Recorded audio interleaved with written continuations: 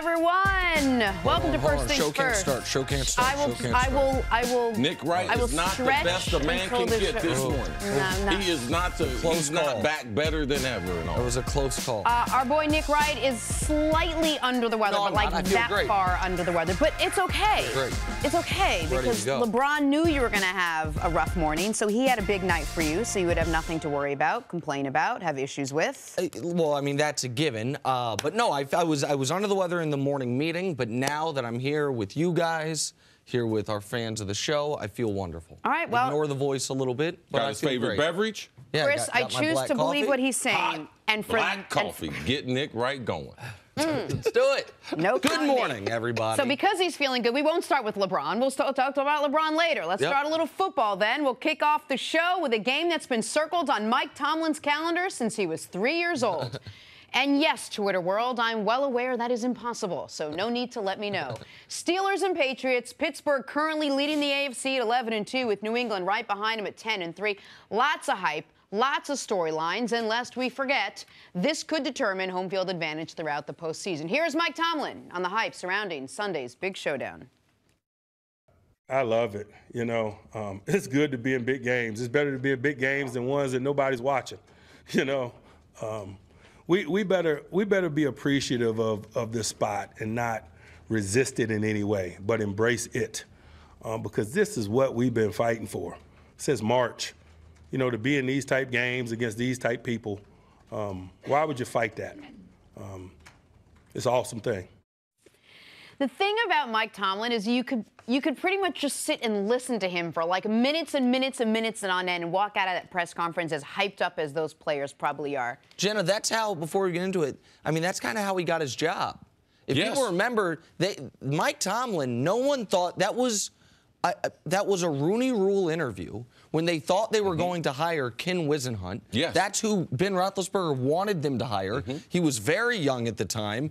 And they were like, all right, we're going to give the guy an interview. It'll be a good experience for him. Mike Tomlin. Mike Tomlin. Yeah. And he went in there. Yeah, they thought that he would follow in the line of Tony Dungy, Lovie Smith, Herm Edwards, played defensive back, coach defensive side of the ball. But they thought he was like a job away. Right. And he went into the room and won them over.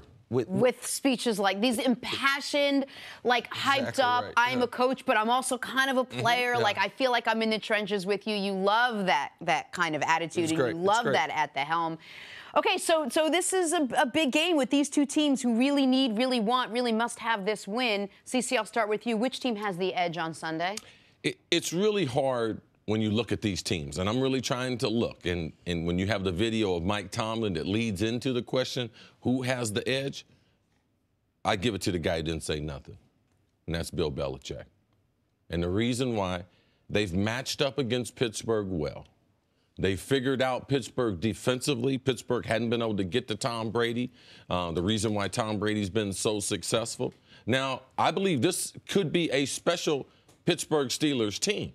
And all those teams people talk about, well, all those guys didn't lose to New England, but a lot of the things that New England did against Pittsburgh, it transfers over, and we see that. Now, playing at home in Pittsburgh, man, that's a tough task in itself. But when you look at it, the X's and O's, you look at the coaches, you look at where the game is played, I'm going to tell you, Tom Brady and the New England Patriots have a very slight edge. Now, how do they take advantage of that? Tom Brady's got to keep his defense off the field. They have to be great on third down.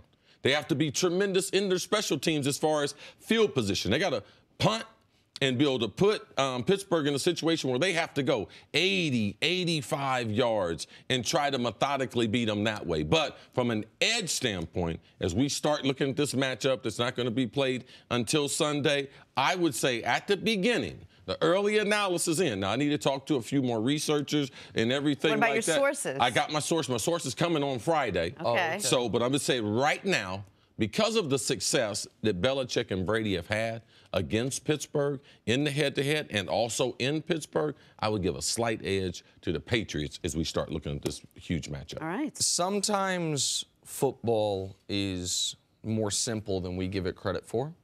The reason the Patriots have had this 15-plus year run of success at its core is because almost every game they've played, certainly in the last 10, they have had an edge at coach and an edge at quarterback. Like coach and quarterback, that's the two most important spots. The Pats have an edge on just about everybody in those spots.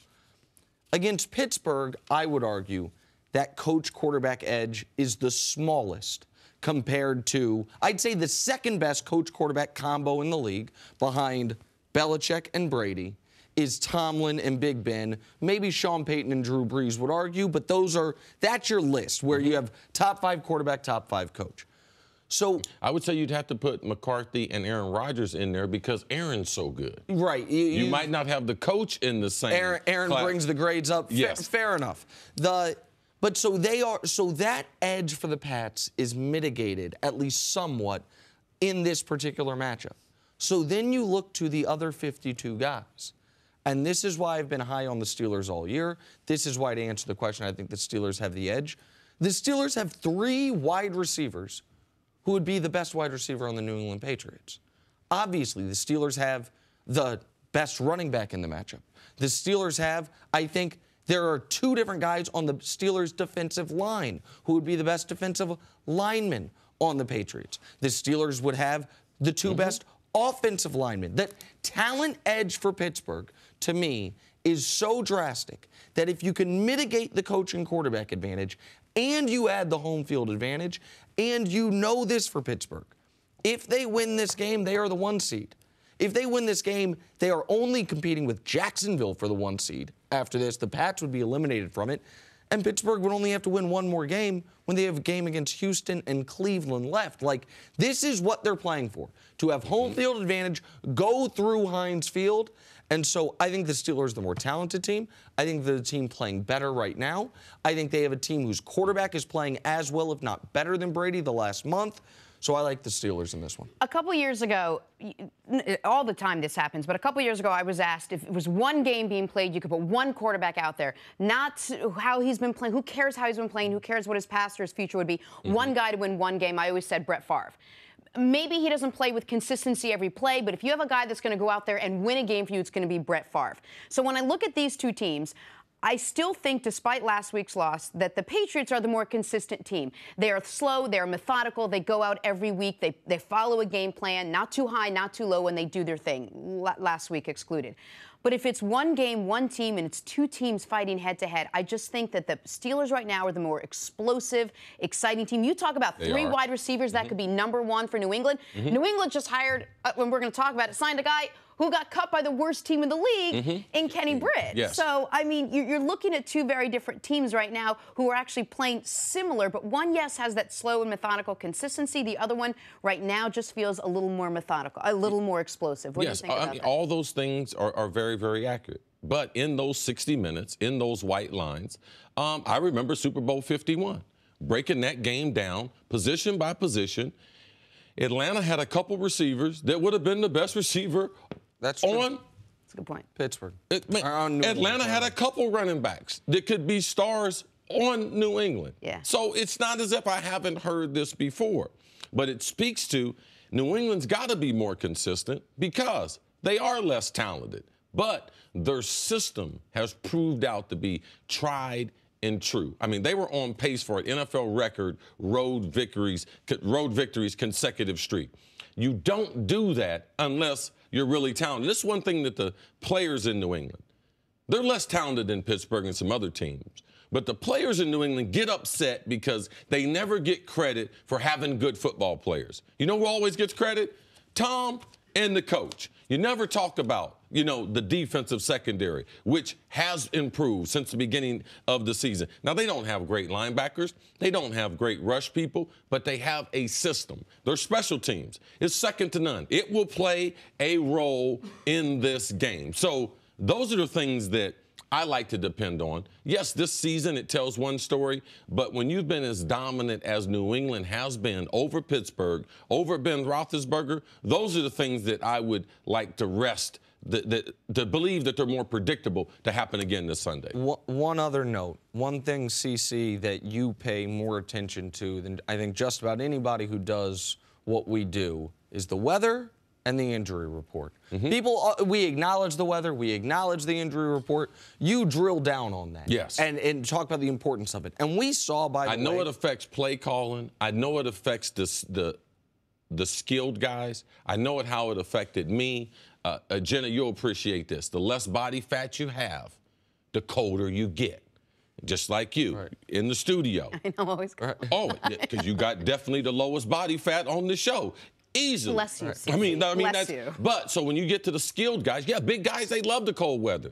Not the skilled guys, and the ball's harder to hold on to. It has a little film coating on it. So the weather, yes, it plays a factor in playing football. And we saw Monday night the way the injury report played a factor.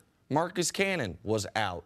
That the Patriots, we talked about how we don't make excuses for them the way we do the Cowboys. Well, listen, the Patriots could have used Marcus Cannon. They could have used Kyle Van Noy. They could have used Trey Flowers. The Steelers, on the other hand, Joe Hayden's back at practice. That secondary's been two totally different secondaries, with Joe Hayden, without Joe Hayden. Now, we all know they don't have Ryan Shazier.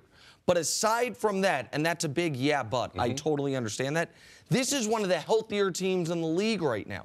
This time of year, it's not always about who's the best team in the league. Once you get to game 15, game 16, it's very often about who's the best team that's healthy. Who's the best team that has not been ravaged by injuries. And so I think right now, especially if Hayden's able to come back, the Steelers have an edge in the health factor as well. One player we should mention, he's been in the headlines, Mike Mitchell, the safety for Pittsburgh.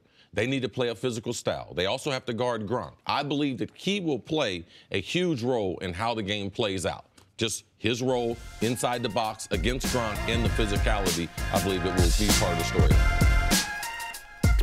Welcome back to First Things First. Greg Jennings stopping by to say hello, talk a little football. A man never lacking in intensity. Good, never, Greg Jennings, never. good to see you, brother. Soft-spoken. Soft-spoken, different. Be careful. The ones that are quiet, them the crazy ones. I wouldn't go when they go off, they go off. Yeah. You know who's quiet? Aaron Rodgers is a little soft-spoken, just a little bit.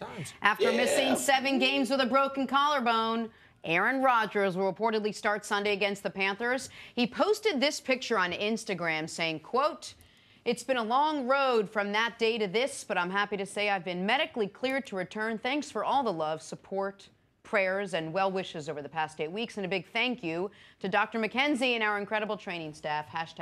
#Rise Again." So, Greg, when you look at the situation like this, you say, oh, Aaron Rodgers is back, everything's fine now. But what are reasonable expectations that you place on a guy who's been out for 7 weeks with the injury that he's had, and he rejoins a team that really needs you to be playing at your best? That's the reasonable expectation.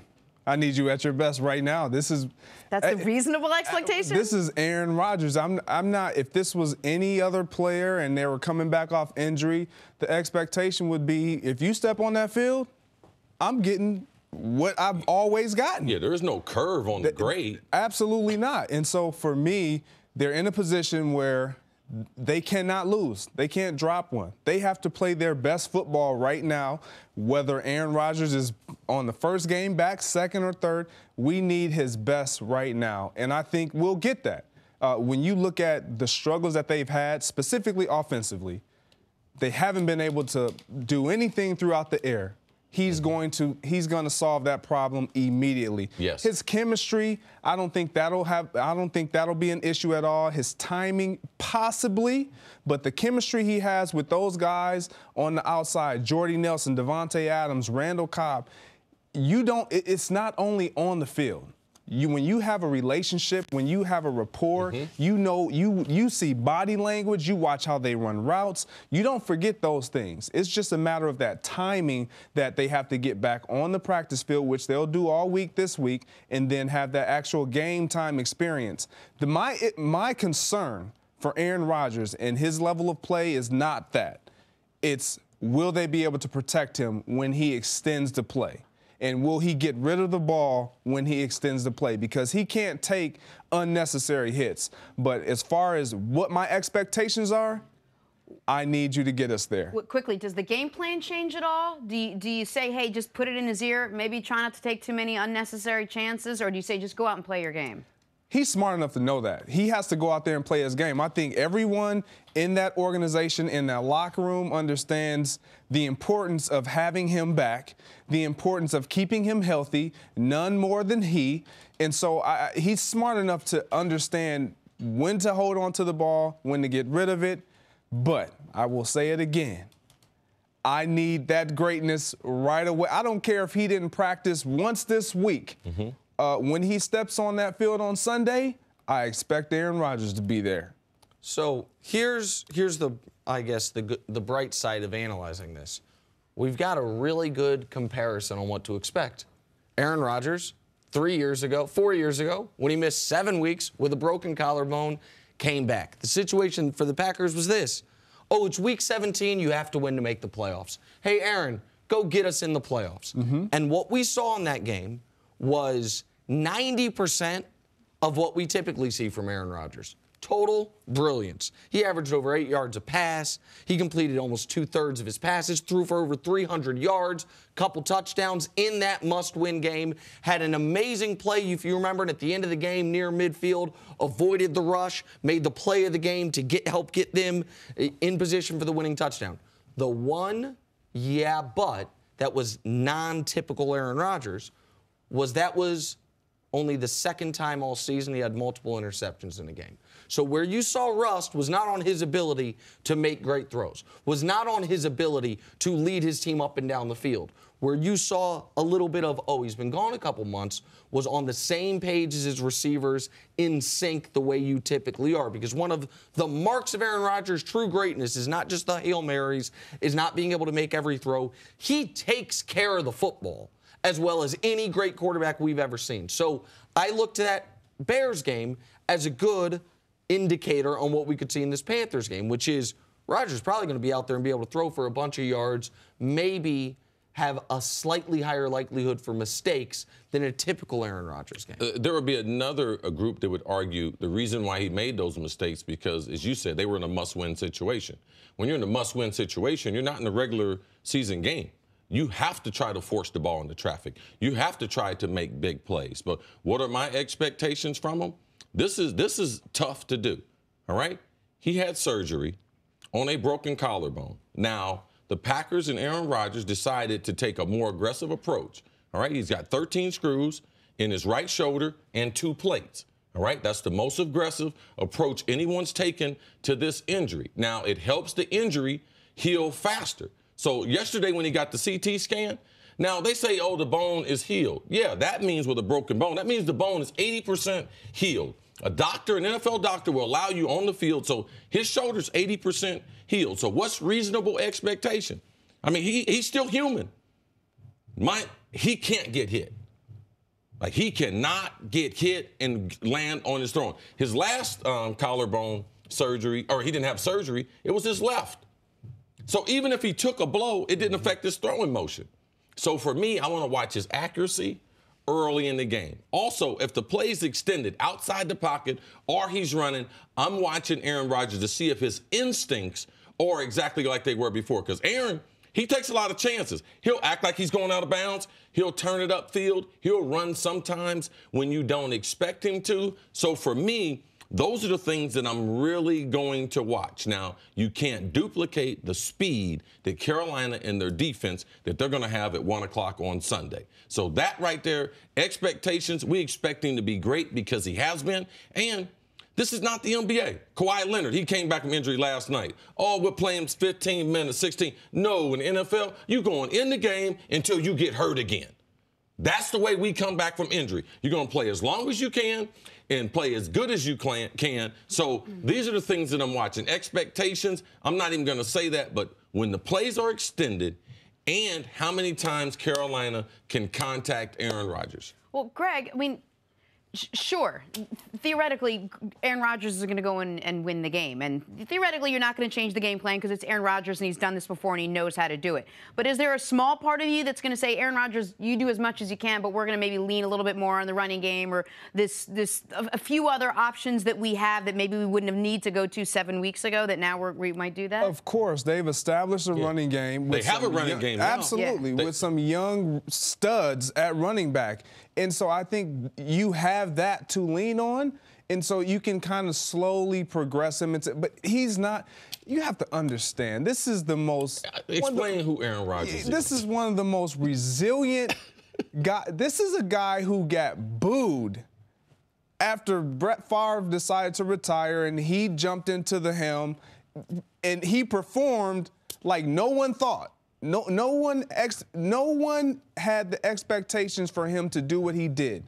This is who he is. He comes in, doesn't say much. He's going to say all the right things. You know, we're going to take it easy. I'm going to get into. We got a running game, and then boom, we see the stat line, and it's something ridiculously great. This is who he is. So my expectation is to see the resilience. Am I being too hard? Possibly, but this is who I know him to be. This is not a guy who's going to go into this game saying, Mike, let's lean heavily on the running game. Let's gradually get me back in. No, absolutely not. That is not what he wants. He's seen his guys struggling offensively, specifically in the passing game, and he's going to remedy that situation. I got one quick question for you before we move on. One thing that you talk about all the time is the importance of practice. It's not just the 7 games he's missed, but it's the 2 months of practice. A guy as good as Rodgers, with mostly Devontae Adams played with forever, Jordy Nelson's played with forever. How much of the fact that he hasn't been practicing with these guys the last 2 months plays into this, in your eyes? It doesn't play a whole bunch into it because, I mean, he's just a special guy, man. I mean, he can put the ball. The routes are all staying the same. Can he deliver the football? I mean, if Dan Marino, I don't know where Dan Marino is at right now. He can throw a slant, a dig, a go, a post corner. They're just that gifted throwing the football. Man, he is so awesome. Watch Jordy Nelson. From witness protection to playing in the NFL. It's going to happen instantly. Back here on First Things First, Ray Lewis still with us, and we are talking about the Dallas Cowboys, who are barely hanging on to a slim sliver of a playoff hope. Dak Prescott and company, 7-6, but they've won their last 2 games. So next up for them, Oakland this weekend, their last game before they get Ezekiel Elliott back. Here's Jerry Jones on his quarterback. Who they played up. We know that he's got an ordinary talent, and so we're just better, frankly. It hurt us to miss Zeke, but as far as Dak is concerned, we've got a better player for having gone through this.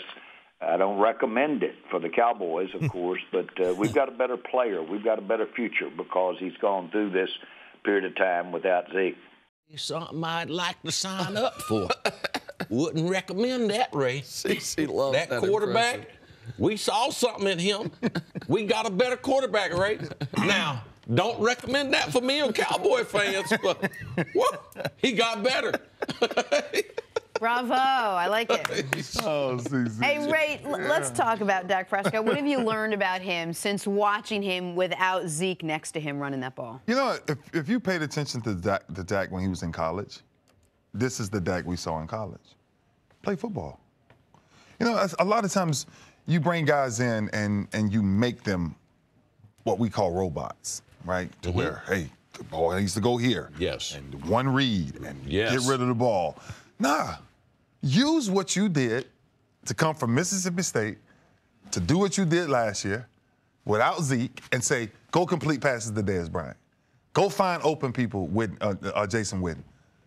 Find your people, but play the game. And so it's interesting because you watch guys go through this, right? And they call it sophomore slumps. The only thing that I always said this that contributes to a sophomore slump is overthinking. Because the game ain't never going to change. The game is still the same game, week in, week out. So when you see Dak, what Dak is doing now, all Dak is doing now is having fun. When the last time you seen Dak run around and just jumping on people? You ain't seen it since Zeke been hurt because they've been dealing with all this. When Zeke coming back? If Zeke gonna play? Is Zeke suspended? All these things. Now this kid is just back to simply playing football. And that's why I'm telling you, I was sitting there the other day and I was like, thank you.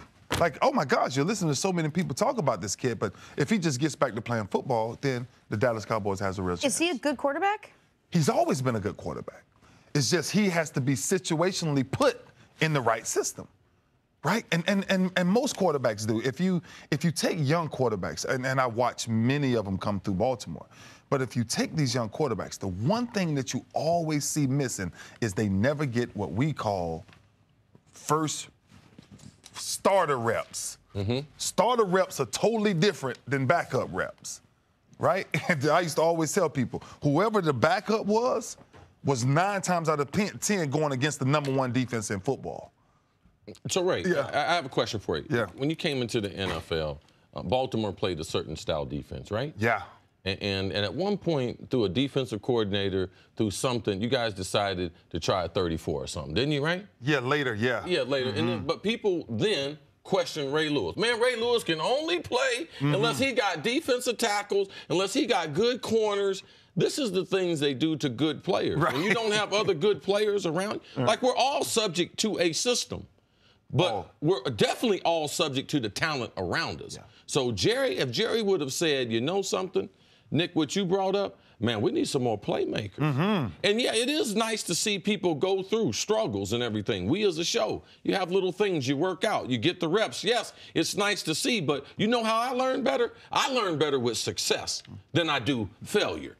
Now, we've seen Dallas. Jerry can put whatever type of spin on it. But they need to put some speed and put some other athletes around Dak, just like Ray Lewis and them, whatever system they wanted to play in Baltimore. And we need a McAllister. We need a Harry. You need players in this league, and that's what you're able to see. Now, thank God that they were playing the Giants, because they were able to get their swagger back, and Dak was able to smile. Who they played. Right, so they have Oakland this week, and then they have 2 really tough games, Seattle and Philly, but Zeke will be back for those games. Right. You mentioned, I want to go back to something you said about sophomore slump. Yeah. How much of that, though, is that teams by your second year in the league have a full season of NFL film on you so they can figure out, here's what he's good at, here's what he's not good at. I understand that as a rookie, you're at a disadvantage on a lot of things. One thing you're at an advantage of is teams don't know your tendencies. They don't know the throws that you love to make, the throws that you can't make. How much of that do you think played into all of a sudden, without Zeke, other teams don't have to dedicate their entire defense to stopping the run. Now they can really dedicate their defense to taking away the throws Dak wants to make. But, you know, it's different when you're a defensive player and the defensive coach, and you don't have to insert an 8-man in the box. The entire game changes. Yeah, and the way you now scheme for Dallas, you're not saying, we're not worrying about the run. We're not worrying about the run.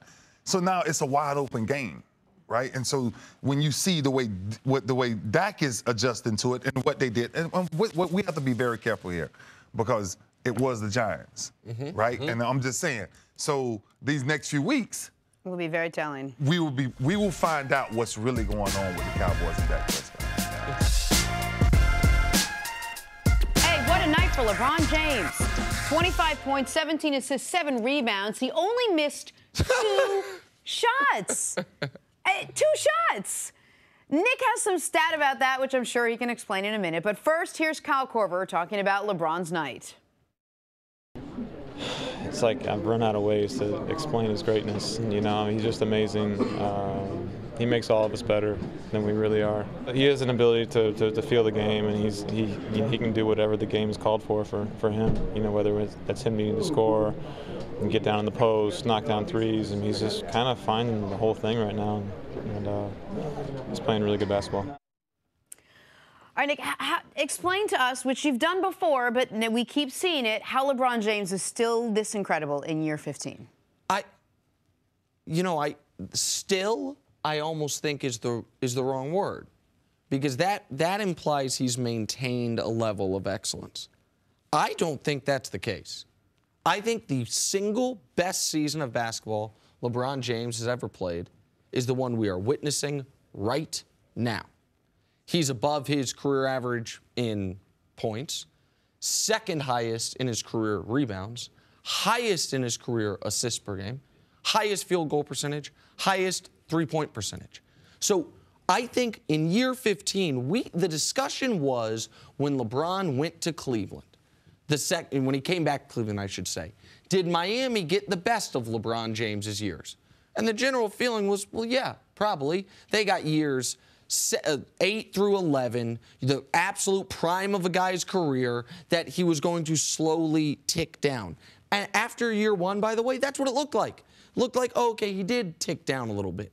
And then basically starting with the NBA Finals against the Warriors the second time, we've seen this LeBron James 3.0 version that's better than he's ever been, more efficient than he's ever been. And the only rationale I can come up with at CC is something that you mentioned Tom Brady said. Why would I stop taking the test when I have all the answers? LeBron is a smarter player than he's ever been. His basketball IQ is higher than it's ever been. And somehow, because he's some type of mutant, his athleticism is almost as good as it's ever been. I think sometimes and please enlighten me here, like we just assume that because he's so talented that he doesn't practice, he's just this, you call these like some mutant that he keeps doing it, but talk about how much work he still puts into his game in year 15. I mean, does he still practice? Does he still work on his diet? Like, is this all a part of his daily regimen? I mean, I would say more than, like, that's, he had the Cavs. That goes a lot towards who he is. He has what the Cavs training facility is, replica of it in his home. So when he's at the facility or not, he can get the exact same treatment. I mean, the work that, and by the way, it's not just LeBron. The work that the elite athletes are now able to put on their body, the money they're able to spend on their body. You've talked about this with Odell, the money he spends on his body on a day-to-day basis. And because of that, and because of some freak genetics, CeCe, he's almost as good of an athlete as he was in year 7, and he's a smarter player than he's ever been. What happens athletically is the game slows down. Let's go to Lonzo Ball. The game is as fast as it will ever be for him. Right now, the game is as slow as it will ever be. Well, what is that? Well, when you're playing sports, your brain takes pictures. And, Jenna, you'll appreciate this because the more lactic acid, the more rapid your heart races, the less clear your vision is, and the faster the frames your pictures are taking in your brain. When you're an elite athlete and you have superior conditioning, you never get to the point of lactic acid, so the game is always slow in your brain. Now he has thousands and thousands of pictures of, man, I've seen this before. So he's playing a game that he's already played in his head. Now, athletically, he hasn't been injured. Injured meaning he hasn't gone through like rehab. So you don't see his body being set back year after year. Tom Brady, since he turned 33, he's been able to build on this new program that he has that he continues to elevate because you're getting younger players coming into the NFL. The players aren't as good. So Tom Brady is still ascending. He's getting younger players that haven't played against him. He's not playing against Ray Lewis, all these other great players. I know we got Ray coming on the show, but it makes a big difference. LeBron is playing against all these undersized, all these young players. So he is playing. He's got the answers to the test.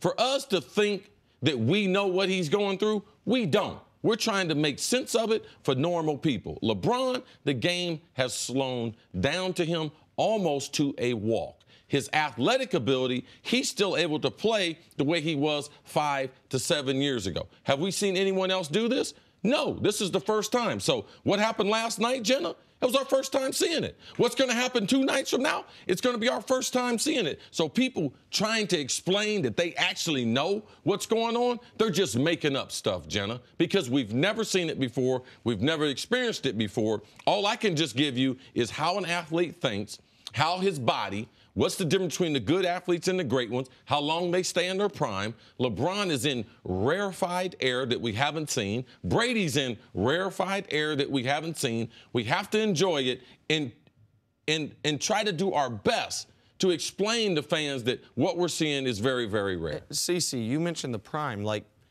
LeBron, I would say, officially became the best player in the world. The playoff series against the Pistons, the 48 special game when he took the 07 Cavs to the finals. Like, is that a fair marker? In 2007, yes. Is that a fair? People might want to parse. Some would say Kobe was better at that point in time. Yeah. You don't want to give Kobe. You don't want to give Kobe that he was ever the best player. That's a good bookmark. I think that you can certainly make the argument it started then. No one thought it'd be going on in 2017. No one thought that whenever it started, that it would be a 12-year reign as the best player in the world. And when you say something we've never seen, that's not hyperbole. Last night, LeBron went 25, 7, and 17 on 85% shooting. No one in the history of the league's ever done that on 75% shooting. And as far as, if we can just show the audience, LeBron this year compared to the average of the 4 years he won the MVP. So the 2 years in Cleveland, the 2 years in Miami when he won the MVP, average those seasons together compared to this year. He's better in everything this year. Substantially better in shooting percentage, three-point percentage, and assists per game. Slightly better in rebounds and points. Like, this would be Brady right now, CC, having a 55-touchdown season. Well, if we want to point to one thing, in Jenna, it's his shooting.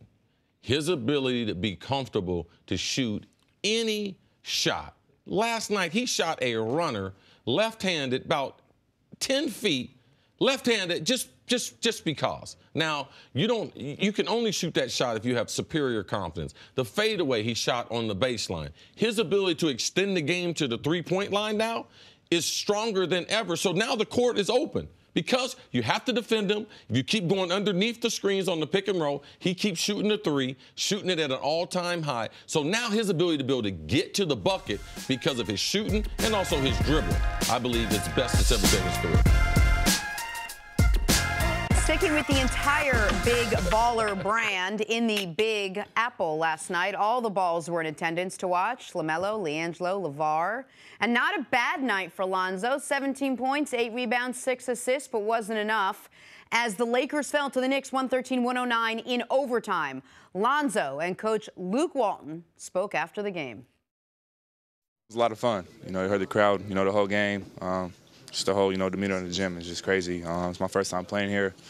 And, it would have been nice if we got a win, but it was very eventful, and it was a good game. It was great to see happen tonight. We needed it when he did it because they were starting to roll on their end, too. But he's a competitor, and, he gave us everything he had tonight. Nick, let's talk about Lonzo for a second. It was a big stage for him, first time at the Garden. Maybe not the fantastic line, but impressive enough from what you saw from Lonzo? Was I impressed with him? Yeah. No. I have to be fair about Lonzo. Lonzo did something last night, 17 points, 6 assists, 8 rebounds. It's the 111th time that line's happened in the NBA this year. That line is fewer points, rebounds, and assists than Ben Simmons is averaging this season, okay? So, let's just level set on what he did. I am not out on Lonzo Ball. I have not lost hope about Lonzo Ball. People want to bring up the Jason Kidd comparison. Jason Kidd's rookie year, they averaged the exact same points. They both average a combined 14 rebounds and assists. They both shot about 33% from the field. And look what Jason Kidd turned into. So I am not out on what Lonzo Ball can be, but I'm going to be honest about what he is. Last night he was a guy who had a really good third quarter. He did. And that's it. That's it. He once again, for the 25th time in 26 career games, he failed to break 50% from the field. The difference between last night and most games we see from Lonzo is his three was falling. He was 3 of 6 from 3, and that's why he had the 17 points instead of the typical 9 or 10 points. I just think we got to be fair about what he is right now. What he is right now is a limited offensive player because of his shot. Last night his shot was falling. That doesn't mean he can't be an outstanding player in the future. But his team lost and he played an okay game. And so, no, I'm not going to give the second overall pick bonus points for that. What did the first overall pick do last night? Well, first overall pick hasn't played yet this year. Oh, yeah. He played a little bit. Markelle Fultz, he played the very, very beginning. Right. Sorry. He played in the very beginning, and he's been out with this shoulder injury. Right. Correct. Don't know when he's going to come back. No. They say maybe a few weeks, but probably longer, knowing Philly. Most of the top 10 picks in the NBA this year are all struggling. Would you agree? Yes. The only thing is we're following this kid every move, every turn, every dribble, every shot. So it's hard to be fair about where he is. You can get excited about what he did in the Garden last night because He was far more engaged. There's a huge atmosphere in the Garden. Did he handle that? I thought that he did. When you don't understand the NBA and you don't understand the magnitude of how big things could be, Spike Lee on the court, Magic Johnson on the court, OBJ there. I thought that he handled his family being there, his mom being there. I thought that was nice to see. His brothers being there. That was all good stuff. He didn't fall on his face. So for me, most of the rookies are struggling. Yeah. I expect him to continue to struggle. And based on what I've seen leading up to this season, he is building. He's better than he was last week. He's better than he was 2 weeks. I don't know that I believe that. Well, you don't have to. It's my opinion. Right. But right? Go ahead. Last night, in handling some other things, not just his shot, but there's other things that go in being a professional athlete that I like to give him credit for. I like to see his family there supporting him. And to be able to perform in the Garden, that's not an easy task. The Knicks were playing well. They needed that burst that Alonzo gave them in the third quarter. No, he's not going to the Hall of Fame and everything, but where he's been, where all these other rookies are right now, I thought it was a positive performance by him and the Lakers last night. Here's my concern, Jenna, and the reason that it's to me not even necessarily like some major step in the right direction. There 4 times this year, Lonzo has scored at least 15 points in a game. There's one thing all those games have in common. Those are the 4 games this year he's hit at least 3 3-pointers. In those 4 games where he has 15 points, he's shooting 48% from 3. In the other 22 games he's played, he's shooting 18% from 3. If I'd have seen Lonzo last night attacking more, getting to the foul line. He got to the foul line once in the game late on a 3-point attempt that they called a shaky foul on. I'm seeing he's playing the same style that is concerning when his 3-point shot isn't falling. And I don't think Cris thinks either, that all of a sudden the shot is fixed. So I don't want to be overly critical of him. And I don't think it's being overly critical of him to say to me, he's the same guy he's been most of the year. Guy who rebounds great for his position. 3 weeks ago, you had him going to the G League. He's not the same player. 3 weeks ago, you had him going to the G League. And by the way. And last night, that's a G League player? Last night, it's the same player he was 3 weeks ago, but his 3-pointer fell. I had him going to the G League to get his confidence up, right? It wasn't because he's the worst of the rookies. It's because his confidence appeared shot. If he builds on last night, then I will come on and say, hey, you know what, CC was right. The bright lights of Madison Square Garden, playing a good game for him in that spot, it was a turning point for him. But I have no reason to believe that's a turning point. Right. He's not playing worse in month 2 of the NBA than he did in month 1.